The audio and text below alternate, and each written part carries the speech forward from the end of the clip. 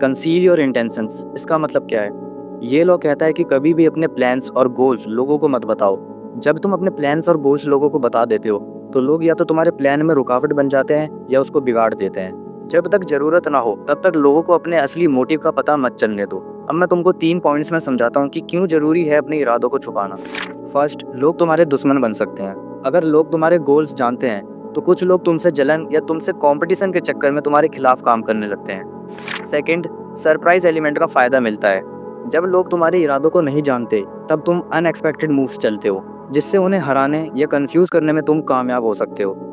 Third, control आपके हाथ में रहता है। जब तक तुम्हारे प्लान्स प्राइवेट हैं तुम उन्हें कभी भी बदल सकते हो बिना किसी को इसका एक्सप्लेनेशन दिए हुए। तो अब हमने ये तो समझ लिया कि इस लॉ को यूज़ करना क्यों ज़रूरी है। तो अब हम ये भी समझ लेते हैं कि इस लॉ को कहाँ पर यूज़ करना चाहिए। First, business. जैसे तुम्हारा कोई फ्यूचर प्लान है, एग्जाम्पल के लिए कोई प्रोडक्ट लॉन्च या तुम्हारा बिजनेस एक्सपेंशन, इन सब चीज़ों को जब तक ज़रूरत ना हो अपने कॉम्पिटिटर्स को मत बताओ। सेकेंड, पॉलिटिक्स में।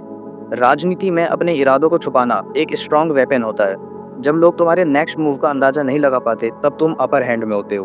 अब मैं तुमको एक चीज़ बताता हूँ जिससे तुम सब रिलेट कर पाओगे।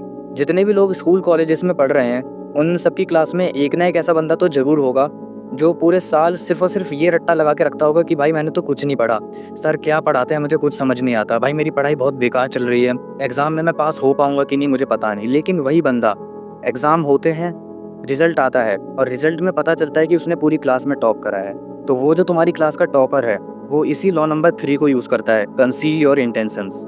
तो यहाँ पर हमने ये सीख लिया कि इस लॉ को कहाँ पर यूज़ करना चाहिए, लेकिन अब हम ये भी सीख लेते हैं कि इस लॉ को कहाँ पर नहीं यूज़ करना चाहिए।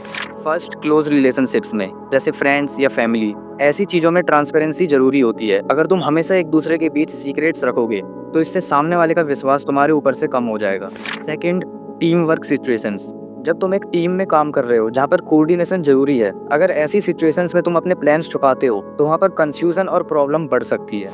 अब इस लॉ को यूज़ क्यों करना है, कहाँ पर यूज़ करना है और कहाँ पर नहीं करना है, ये सब हमने सीख लिया है। तो अब मैं तुमको यहाँ पर 2 प्रैक्टिकल टिप्स देना चाहूँगा जिन्हें तुम अपनी डेली लाइफ में यूज़ कर सकते हो। फर्स्ट, मिस डायरेक्शन का यूज़ करना। अपने असली प्लान्स को छुपाने के लिए किसी और चीज़ का इंप्रेशन दो।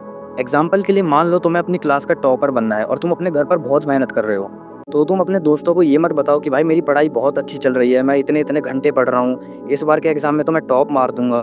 इसकी बजाय तुम उनको इसका बिल्कुल अपोजिट बता सकते हो, जैसे भाई मेरी पढ़ाई बहुत बेकार चल रही है, सर क्या पढ़ाते हैं मुझे कुछ समझ नहीं आता है, इस बार के एग्ज़ाम में मैं पास हो जाऊँ वही बहुत बड़ी बात है। तो इससे क्या होगा कि लोग तुमसे कंपटीशन करने की नहीं सोचेंगे और तुम अपने गोल्स पर फोकस कर पाओगे।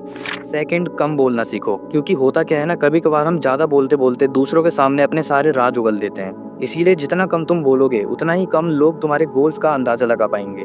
तो इसी के साथ यहाँ पर हमारी वीडियो एंड होती है। हमने इस वीडियो में सीखा कि इस लॉ नंबर 3 को यूज़ करना क्यों ज़रूरी है, कहाँ पर यूज़ करना चाहिए और कहाँ पर नहीं करना चाहिए। लेकिन एंड में मैं तुमसे यही सवाल पूछूंगा कि क्या तुम हमेशा की तरह सिर्फ और सिर्फ एक वीडियो देखने आए थे या फिर तुम सच में खुद को इम्प्रूव करने आए थे? अगर तुम खुद को इम्प्रूव करने आए थे तो कॉन्ग्रेचुलेसन्स, ये चैनल सिर्फ और सिर्फ तुम्हारे लिए है।